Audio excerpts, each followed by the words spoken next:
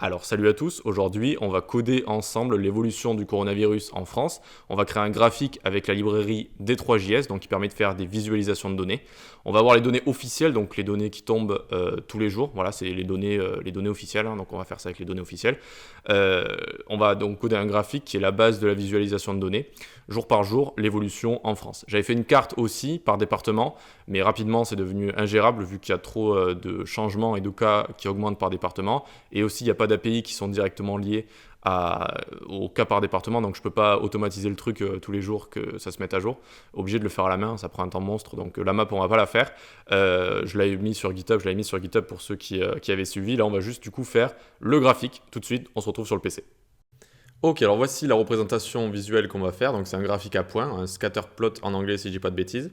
On va avoir sur l'axe des X un mois, du coup du 15-02 ici jusqu'au 15-03, vu qu'on est le 16-03, on est le 16 mars. Et on va avoir une ligne comme ça avec des points qu'on va pouvoir survoler pour voir les cas précis suivant les dates. Et sur l'axe des Y, du coup, on va avoir le nombre de cas. Donc on va utiliser la librairie D3JS qui est assez énorme, hein. Elle est là depuis très longtemps et elle permet de faire de la visualisation de données, donc toutes sortes de graphiques, de maps interactives, etc. Elle est assez compliquée à apprendre, à appréhender parce qu'il y a vraiment beaucoup de méthodes, beaucoup de façons de faire. Regardez si on va sur API référence. Tac, il y a vraiment beaucoup de choses à apprendre et à savoir, mais on va dire une fois que vous savez faire un graphique de base et quelques représentations, ça va beaucoup mieux, vous pouvez beaucoup plus vous amuser avec. Donc vous inquiétez pas si vous avez encore jamais touché cette librairie, je vais vraiment tout vous expliquer, mais c'est vrai que voilà, pour quelqu'un qui est vraiment débutant en JS, ça risque d'être un peu compliqué. Donc les données, je les ai trouvées sur GitHub, j'ai trouvé un repo assez intéressant qui proposait le nombre de cas par pays tous les jours, donc il suffit de cliquer, tac, et ensuite on fait CTRL F, France par exemple, et on a le nombre de cas, ok. Donc ça, là, c'est l'index HTML où il n'y a rien encore. C'est là où on va coder notre représentation. Ça, c'est la représentation terminée. Donc on se retrouve ici dans notre code. J'ai mis le script de D3JS. On a un fichier CSV. Qu'est-ce que c'est CSV? C'est Comma Separated Value. Donc c'est des données séparées par des virgules. Comma, ça veut dire virgule.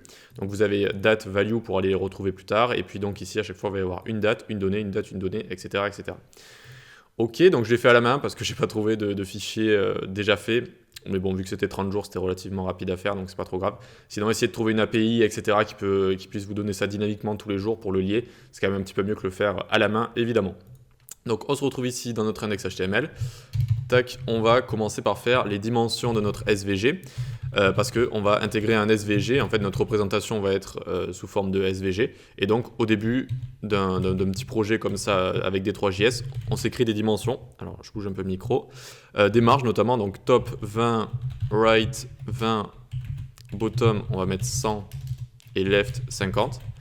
On va les utiliser par la suite. Ici, je mets une virgule et je redéclare des variables en continu, comme ça, avec cette syntaxe. Une largeur 1000 moins margin left, alors moins margin left moins margin right. Voilà, c'est vraiment des dimensions qu'on va utiliser. Et en hauteur, alors en hauteur, tac, on va mettre 600 moins margin left, margin top, pardon, margin top moins margin bottom. Ok, donc on a fini avec les dimensions. C'est vraiment juste pour pouvoir les utiliser par la suite et faire un petit peu d'écart dans notre représentation. Regardez, on inspecte ici, j'ai mis notre console à droite et on voit qu'on a notre SVG ici. Et alors, il ne faut pas regarder les marges en orange, il faut regarder vraiment notre SVG bleu. Ici, on voit qu'au bot, par exemple, il y a pas mal de marges à gauche, à droite, pour bien qu'on puisse voir toutes les données. Voilà, c'est pour ça qu'on crée des dimensions de base. Très bien, donc on va pouvoir les utiliser maintenant, les dimensions. On vient ici se faire let SVG est égal des 3.select .select, tac, hashtag graphique. Donc là, on va sélectionner dans notre HTML une div avec l'ID graphique. Tac, et dedans, on va même mettre un H1 coronavirus en France, comme ça. Voilà, nickel. Donc on est allé sélectionner cette div et puis on va lui rajouter quelque chose avec la méthode append. Donc on va faire des méthodes en chaîne comme ça, c'est une façon de faire avec D3 notamment. Donc on va utiliser append. Append en anglais ça veut dire ajoute un SVG donc à notre div. Ensuite on lui rajoute un attribut à cet SVG. Alors je vais grossir pour ceux qui sont sur portable. Un attribut, l'attribut ce sera viewbox. Viewbox permet de créer un repère pour les éléments qu'on va mettre dans notre cadre SVG. Et ça permet de faire du responsive assez facilement aussi avec notre SVG. Donc ici c'est x, y, ça démarre à 0, 0 et ensuite on donne une largeur et une hauteur. Donc hop, on ouvre l'accolade, vu qu'on est dans un template literal, width plus margin left plus margin right pour bien qu'il ait la place. Voilà, donc on lui met une largeur plus les marges. Et ensuite, hop, $accolade pour la hauteur, donc 8 plus margin top plus margin bottom. Alors là, c'est pas très lisible hein, pour ceux qui sont sur portable et tout, mais ne vous inquiétez pas, après ce sera un petit peu plus lisible. Ensuite, on rajoute juste un groupe, donc append G. Un groupe en SVG, c'est un endroit où on va pouvoir mettre plusieurs SVG, notamment ici, donc on y mettra tout ce qui est les axes, la ligne, les points, etc. Et ce groupe, on a envie de le décaler légèrement, donc on va lui rajouter un attribut avec attr, l'attribut transform, vous le connaissez en CSS. Translate, du coup, on ouvre les parenthèses ici, $, on ouvre les accolades, margin.left, virgule, tac, $, on ouvre les accolades, margin.top. Ok, pour un petit peu le décaler. Donc là, on a créé un SVG, on a créé un cadre. Du coup, on va bien pouvoir positionner nos éléments vu qu'on lui a mis un viewbox. On va voir ce que ça donne directement ici. Hop, hop. Donc, on a notre titre coronavirus en France. On a graphique, viewbox qu'on a ici. Très bien. Pour l'instant, ça n'a pas de largeur et de hauteur donnée, notre SVG. On lui a juste donné une viewbox qui n'est pas vraiment une largeur et une hauteur. C'est plus un repère pour les éléments qu'on va mettre dedans. Notamment, vous voyez, le groupe, on l'a positionné là. Alors, désolé s'il y a des petits bruits de travaux derrière. Le groupe, on l'a positionné par rapport au repère viewbox. Vous voyez, on peut le voir comme ça facilement. Donc, on va lui rajouter juste rapidement à notre graphique une hauteur et une largeur, à notre SVG du coup. On va dans notre style ici, et donc on fait hashtag graphique, width 100%, 8 auto, hop, et un margin 0 auto, nickel. Et pour le SVG qui se trouve à l'intérieur, donc graphique SVG, on va le display block. On va lui mettre une margin 20 pixels auto 0 auto, ok, et width 1000 pixels et 8 600 pixels pour lui donner une largeur et une hauteur de base. Et je vous montrerai par la suite comment faire du responsive facilement avec des SVG, notamment avec notre viewbox ici. Donc très bien, regardez, super. Maintenant, on a bien notre cadre qui est ici, qui a une largeur, une hauteur, des marges, tout est bien placé, c'est nickel. On va pouvoir retourner dans notre code et commencer à manipuler nos données maintenant. Donc on vient dans notre index HTML, on descend dans notre script. Donc il y a plusieurs méthodes avec D3 suivant les données qu'on reçoit. Ici, nos données sont en CSV. Donc la méthode qu'on va utiliser, c'est D3.CSV. Là, on donne l'URL, le chemin, l'endroit où aller chercher nos données, donc data.csv. Et ensuite, on fait .zen. Alors, on va lancer une fonction avec le paramètre data qui va être les données qu'on a récupérées ici. Okay, donc, il faut les formater, ces données. Donc ici, je vais faire un let parseTime est égal d3.timeParse qui va servir vraiment à formater nos données de temps, de date, avec ce qui peut être lisible en JavaScript. Vous connaissez sûrement l'objet date. Et bien ici, ça va permettre de formater avec ce format-là. Donc on fait le pourcentage ici y pour year, pour année du coup, tirer pourcentage m pour month et tirer pourcentage d pour day. D'accord, ça va nous permettre de formater nos dates. Et donc on le fait ici, data.forEach. Hop, donc pour chaque, on lance une fonction. On a envie de formater nos dates. Donc d.date, c'est ce qu'on reçoit depuis notre data CSV, est égal parseTime, donc la méthode qu'on a mis au-dessus, d.date. On aurait pu mettre les méthodes à la suite, mais pour que ce soit plus compréhensible, j'ai fait comme ça.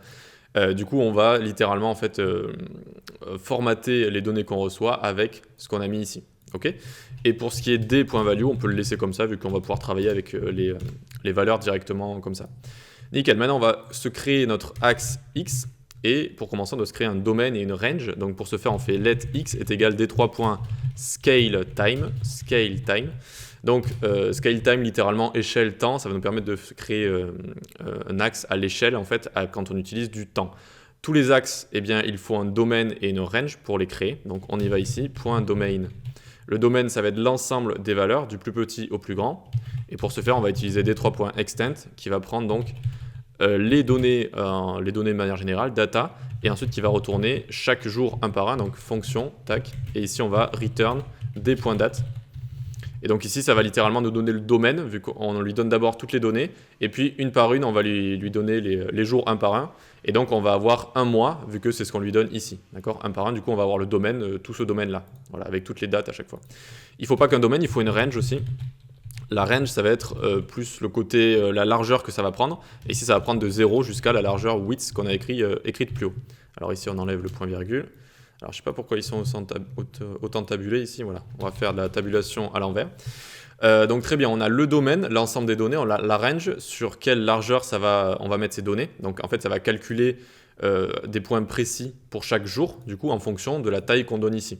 Voilà, c'est à ça que ça sert. On fait la même chose pour Y, ça va être plus facile, vous allez voir, vu qu'on n'utilise pas du temps, mais juste des données sous forme de nombres. Donc on fait let Y est égal d3.scale linéaire. Hop, donc on va faire une échelle linéaire avec des nombres de base. Donc pour ce faire, donc le domain, l'ensemble des valeurs, ça va aller de combien à combien 0, 7000. Ici, on n'a pas besoin d'utiliser extent vu que c'est juste des nombres, c'est pas des dates. Donc hop, de 0 à 7000, mais sinon c'est le même principe. Ici, les dates, ça va du plus petit, du jour le plus petit en février jusqu'en mars. Ici, on va de 0 à 7000. Voilà. La range, ça va être sur quelle hauteur ça va se rendre. Donc 8, qu'on a plus haut, et 0. Pourquoi on a fait 0,8 ici et 8, 0 ici? Parce que, tac, tac, ici on veut aller de 8 jusqu'à 0 sur l'axe des Y, oui, je m'embrouille, de 8 jusqu'à 0, et sur l'axe des X, on a envie d'aller donc du plus bas, de la date la plus basse jusqu'à la date la plus haute. C'est pour ça qu'on l'a présenté comme ça, tac et tac. Ok, maintenant qu'on a créé nos échelles, on va pouvoir directement créer nos axes et les rajouter à notre SVG. Donc, alors j'essaye de bien me présenter ça quand même. Bon, du coup, on va rester collé ici. On se crée let axe x est égal d3.axis bottom. Axis bottom permet de créer un axe à partir d'une échelle qu'on a créée au-dessus, donc l'échelle x, donc axis bottom de x. Et en passant, on va lui rajouter des ticks, c'est le nombre de petits traits qui dépassent avec les données. On a envie d'en avoir 30 pour les 30 jours. Ok, on a notre axe, on a notre échelle qui a permis de créer notre axe. Maintenant, on va pouvoir rajouter tout ça. Donc, on se fait svg.append. On rajoute un groupe. Tac. Un groupe avec l'attribut ici transform. Hop là, translate. Translate, on peut le mettre entre backticks comme ça. Translate 0. 0. Alors, attendez, 0. Tac, ici, on ouvre les accolades. Et 8. 0, 8. C'est toujours galère d'écrire avec ces backticks comme ça. 0, 8, très bien. Donc en fait, on déplace notre axe dx tout en bas de notre graphique. C'est ce qu'on veut. On veut qu'il soit en bas, l'axe dx. Ensuite, on lui rajoute la classe axe blanc qu'on va venir créer en CSS juste après. On vient call notre axe x. Donc on vient le placer. L'axe x qu'on a créé juste au-dessus. Ensuite, on vient faire un point select all text. Tous les textes, donc tous les jours, on vient les sélectionner. On vient changer leur style. On va leur mettre un font size de 14 pixels. 14 pixels comme ça. Voilà. Ensuite, juste en dessous, on va les transform translate. Transform translate et rotate. Du coup, donc on va mettre un rotate de moins 30. Je vais vous montrer tout de suite après là. C'est normal que vous ne compreniez pas trop. Translate 0, 10. On finit juste avec l'axe dx. Juste un autre fill white pour avoir notre couleur de l'axe qui soit en blanc. Et ensuite, on va... Un dernier attribut et c'est terminé. Texte encore. L'encre de notre texte, ce sera à la fin et pas au début. Alors, je vais tout vous expliquer. Normalement, ça devrait fonctionner. Tac, super. On a notre axe qui est ici, notre axe X. Donc, on a bien translate de haut en bas. Alors ici, tous les ticks, ils sont ici, mais je les ai mis en blanc. C'est pour ça qu'on ne les voit pas. On va s'occuper de ça en CSS. On mettra le fond en noir. Du coup, ça fera ressortir le blanc. Donc, on a notre axe X. Super. Regardez, on peut aller dans le graphique ici. Viewbox. Hop, on a un groupe ici. Et c'est le groupe avec notre axe qu'on a rajouté tout simplement. Voilà. Donc, on va peut-être répéter ce qui s'est passé ici. Je vais dézoomer un petit coup. D'abord, on crée une échelle avec nos données et avec la taille de l'endroit où on a envie de les afficher. Ensuite, on crée un axe à partir de cette échelle avec axis bottom, le nombre de ticks qu'on a envie de faire apparaître. Et ensuite, on rajoute un groupe qui contient cet axe. Et puis ce groupe, on peut lui rajouter toutes sortes d'attributs. Par exemple, donc on va le translate de haut en bas pour l'afficher en bas. On va lui rajouter une classe axe blanc.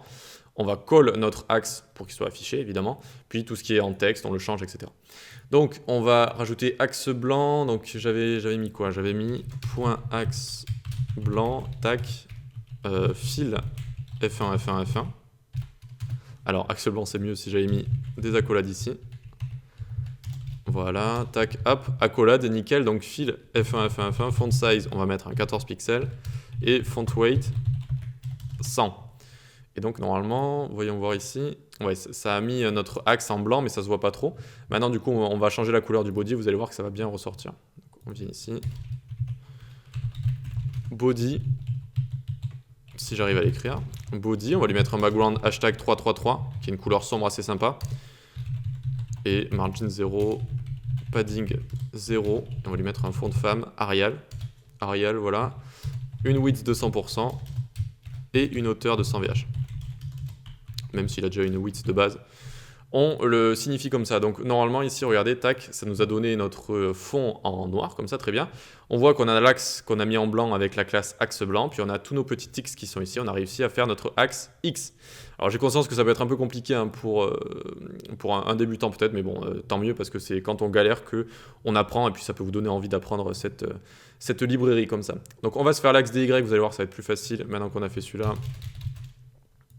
Tac, donc ici on peut se mettre Y comme ça. On va se faire donc un let axe Y est égal d3.axis left qui permet de faire un axe Y donc à gauche et on lui passe l'échelle qu'on a mis ici, hein, l'échelle qui est ici. Même on peut la déplacer ici histoire d'avoir tout le Y ici. Voilà. Donc on lui passe l'échelle qu'on a au-dessus, le nombre de ticks qu'on a envie d'avoir, j'ai envie d'en avoir 5. Voilà, ticks 5 pour l'avoir 1000 par 1000 par exemple. Ok, une fois qu'on a notre axe, eh bien, il va falloir le rajouter avec un groupe, donc svg.append g. Quand j'appelle mon svg ici, ça appelle quoi? Ça appelle le cadre qu'on a mis au début. Hein. Hop, le cadre qu'on a créé au début. Et ça le rajoute dans le groupe finalement qui contient tous les axes. Et vu qu'on l'a créé ici, en fait, tout ce qu'on va créer va rentrer dans ce groupe-là. Voilà. Donc tout vient dans ce groupe, dans svg ici. Hop, on retourne ici. Donc à peine on rajoute un groupe à notre svg. Point atre la classe axe blanc également. Axe blanc, ok. Ensuite on colle notre axe, on l'appelle axe Y pour le faire apparaître, hein, pour l'utiliser. Ensuite point style, on met un font size de 14 pixels, nickel. On met un select all text, on va sélectionner tous les textes. Point atre, fill white, le texte, il sera en blanc comme ça, nickel. Hop, voyons voir ce que ça nous donne. Normalement, on devrait avoir notre axe DY qui est ici, super, ça commence à ressembler à quelque chose. Donc vous voyez que j'ai mis 5 ticks ici, pourtant il y en a 1, 2, 3, 4, 5, 6, 7. Voilà, il faut savoir que les tics, là j'en ai mis 30, ça en m'a mis 30, oui. Mais des fois, vous allez mettre 5, ça va essayer de se rapprocher de 5. Donc si vous voulez moins, vous mettez 3, 2, et là ça va en mettre moins. Mais c'est pas une science exacte, ça va essayer de mettre le nombre de tics en fonction de la taille que vous avez mis, tout simplement. Bref, il nous manque quoi? Il nous manque notre courbe hein, avec les points, et on va aussi styliser notre H1 ici, histoire que ça rende un petit peu mieux. Donc on va se mettre là. H1, tac, text align center. Tac, text align center. Color crimson. Ok, font size, on va avoir un 60 pixels. Et on va lui mettre une marge de 50 pixels en haut, 0 à droite, 50 pixels. Ouais, donc j'aurais pu écrire ça comme ça. 50 pixels en haut et en bas, 0 à gauche et à droite. Donc là, on a notre H1 qui est fait. Je vérifie si le micro fonctionne bien parce que j'ai tourné une vidéo pour rien tout à l'heure. Tout simplement, je parlais dans le vide, le micro ne fonctionnait pas. Donc on a bien notre titre ici, coronavirus en France. Super, on va pouvoir nous créer notre chemin maintenant. Donc notre chemin, on vient dans notre index HTML. On reste dans la grande méthode hein, finalement. La méthode CSV ici. Hop.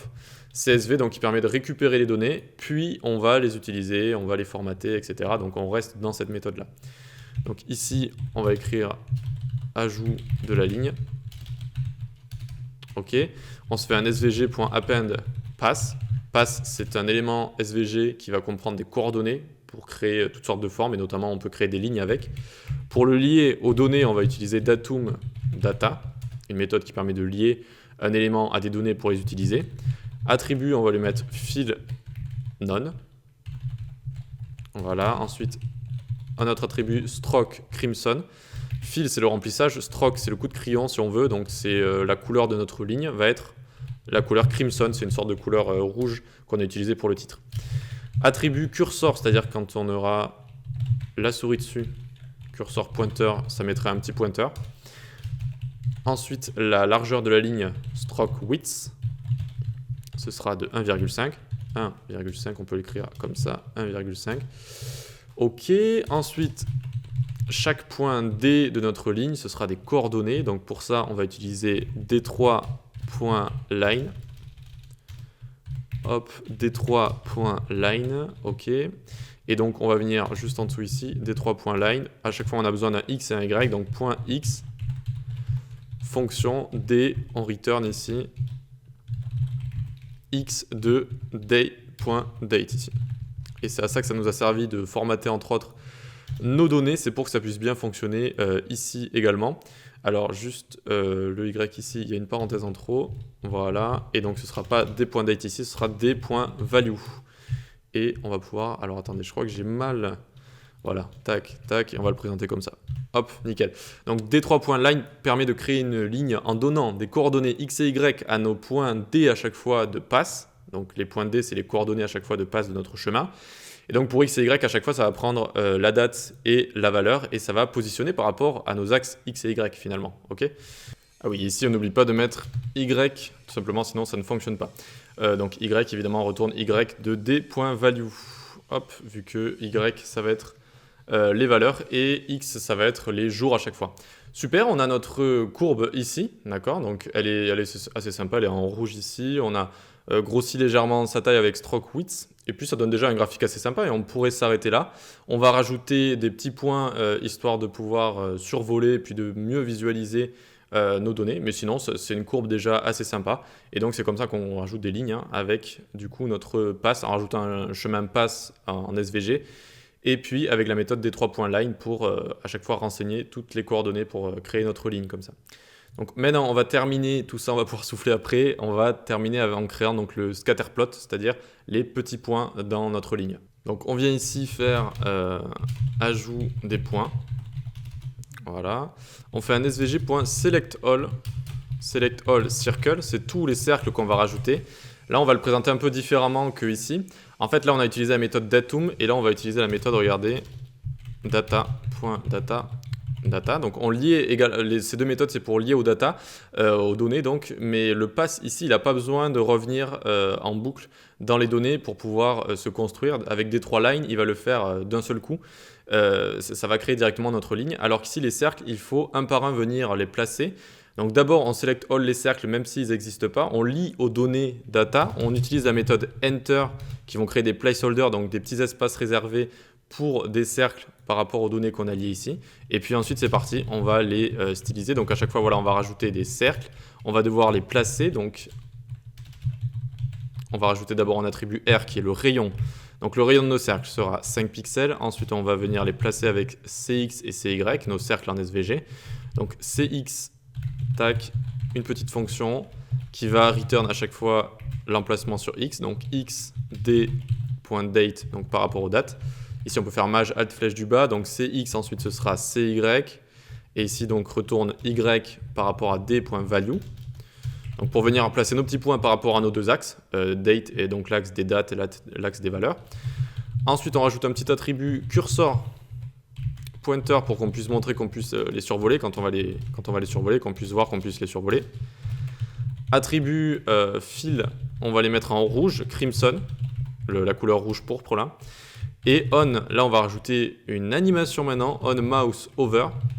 Donc quand on va les survoler, vous connaissez sûrement l'événement mouse over. On va lancer une fonction ici, et donc cette fonction, qu'est-ce qu'elle va faire? Elle va faire apparaître une div. Cette div, on va la créer juste en dessous. Let div est égal d3.select body.append. Donc on prend notre body, on rajoute une div. Tac. Et de base, on va lui mettre des attributs tels que class est égal tooltip et style opacity 0. Style opacity 0. Opacité 0. Donc on vient de créer un élément, et on vient de créer une div, mais de base on veut qu'elle soit opacité 0. Maintenant, dès qu'on va survoler un point, on veut qu'elle apparaisse sur notre point, qu'elle se déplace jusqu'à notre point. Voilà, qu'elle apparaisse sur le point. Donc on mouse over ici, on va prendre notre div.transition. Donc on lui met une transition d'une durée de 200 millisecondes. Point style opacity. Et donc elle aura une opacité de 0,9. En 200 millisecondes, elle va avoir une opacité de 0,9. Ensuite, notre div.html. Dans l'HTML, il y aura écrit de cette div k plus d.value plus un élément breu ici pour sauter une ligne. Tac, plus... Alors, tac, on ouvre les guillemets, date, plus, et ça on va le mettre juste après, le tick label, je vous le prépare juste pour après. Hop, ensuite on va changer également le style pour venir la placer. Left, ça va être d3.event.pagex plus pixel. Donc on va venir la placer directement là où on est en train de survoler notre rond, notre cercle qu'on a rajouté. Là je fais maj alt flèche du bas pour venir le placer donc left et top également. Page X, ici je mets page Y et je mets moins 28 pour bien la centrer sur notre cercle. Moins 28, très bien. Hop, on peut sortir d'ici. Et maintenant on va rajouter un on mouse out. Donc quand on va sortir des petits cercles, il va falloir faire disparaître cette div. Donc div.transition, tac.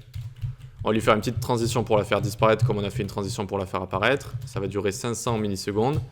Point style opacity, tac, 0. Donc on la fera disparaître. On mouse over, on a fini, on l'a fait apparaître en lui mettant donc les bonnes coordonnées ici et puis une petite transition quand elle apparaît. Quand elle apparaît, hein, pas quand elle va bouger. Elle va bouger d'un coup, mais elle va apparaître pas d'un coup avec une petite transition comme ça. Très bien, il nous faut changer juste la classe tooltip ici, sinon ça va pas être joli. Donc on va se créer une petite classe tooltip ici. Donc les divs qui ont la classe tooltip, on les met en position absolute pour qu'on puisse les placer ensuite avec ce qu'on a écrit dans JavaScript. Text align center, on leur met une width de 100 pixels, une height auto par rapport à ce qu'il va y avoir à l'intérieur, un padding de 2 pixels, font size 16 pixels, sans serif j'avais mis, bon c'est peut-être pas obligé, tac. Le background on va lui mettre un F1, F1, F1. Border 0, border radius, on va lui mettre 8 pixels. 8 pixels et un petit, pour terminer, display flex, justify content center, align item center. Et ici on rajoute un petit pointer events none pour empêcher qu'on puisse survoler nos petits tooltips ici. D'accord? Donc maintenant en regardant, on vient ici. Et du coup, vu qu'on leur a mis pointer event none, si j'essaye d'aller dessus, ça ne fonctionne pas. Du coup, pour ceux qui sont rapprochés comme ça, vous voyez, je peux comme ça aller de point par point, sinon j'aurais pas pu. Et ça fonctionne, vous voyez qu'on a bien une petite transition quand on apparaît et quand on disparaît. C'est assez bien. C'est bien placé, donc on mouse enter, eh bien on va venir le placer directement. Ah, la date n'est pas bien. Et puis ici aussi, regardez, la date, j'avais oublié, elle est en anglais ici. Et donc j'ai trouvé une petite manipulation pour la mettre en français. Donc, sachant que j'ai cherché et que la date ici, elle est créée à partir de... on est où? Désolé pour les bruits derrière, encore une fois. Time parse ici. Time parse, ils n'ont pas l'air d'avoir mis des temps pour les autres langues, hein, que ce soit en français ou dans les autres langues.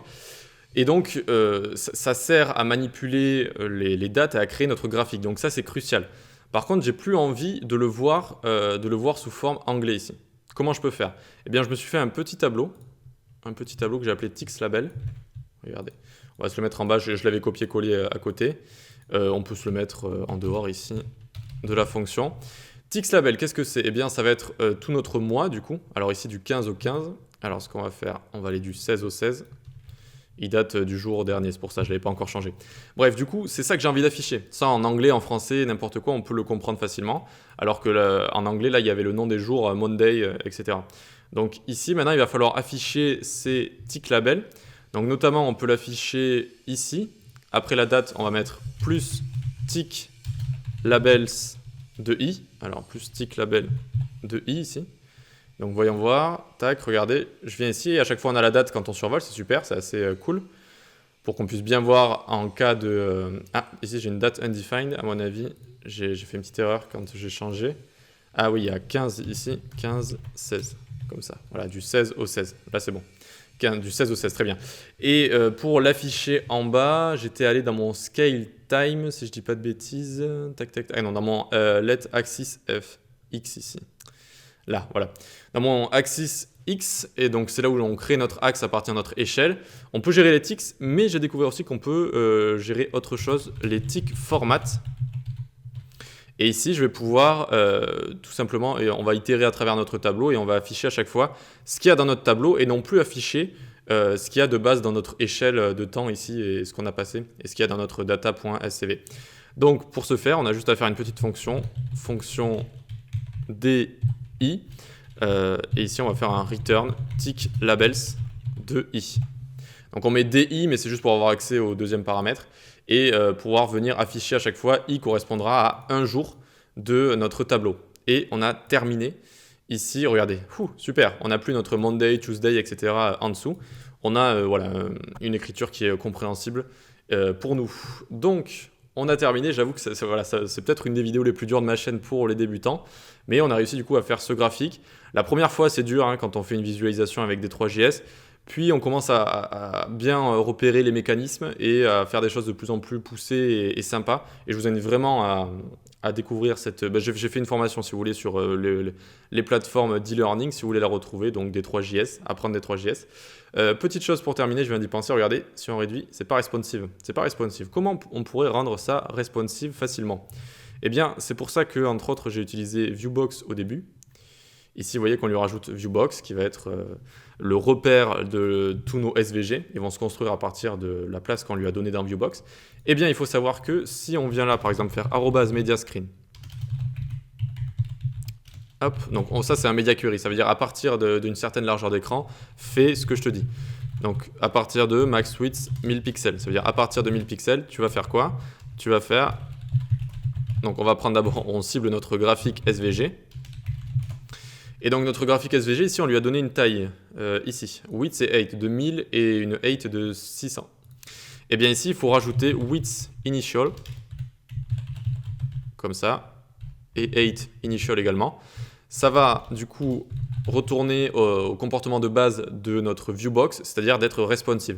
Là, vu qu'on lui avait donné une width et une height, c'était pas responsive, ça passait par-dessus si on veut. On remet à initial. Ok, donc ici, regardez maintenant, hop, c'est super agréable. On a notre graphique, oui, qui est responsive hyper facilement. Vous le savez, hein, si vous faites du responsive, comment c'est agréable d'avoir des choses qui sont bien responsives comme ça. Ok? Et voilà, ensuite, il n'y a plus qu'à gérer le texte avec les media queries si vous en avez envie. Donc, je vous mets le code source en description, donc dans un repo sur GitHub, si vous avez envie d'aller le checker, d'aller voir un petit peu comment j'ai fait tout ça et puis apprendre un petit peu toutes les méthodes, etc. Et puis, on se dit à la prochaine. Rejoins-moi sur Discord. On a un Discord d'entraide, hein, tout simplement, une communauté de développeurs web. On peut se poser des questions, etc. Dans la joie et la bonne humeur. Rejoins la newsletter également. J'envoie des newsletters 1 à 2 fois par semaine sur le monde du développement web qui est en constant changement. Tu peux suivre mes cours sur les différentes plateformes Udemy, tuto.com, mon site l'école du web. Et on se dit à la prochaine. Ciao!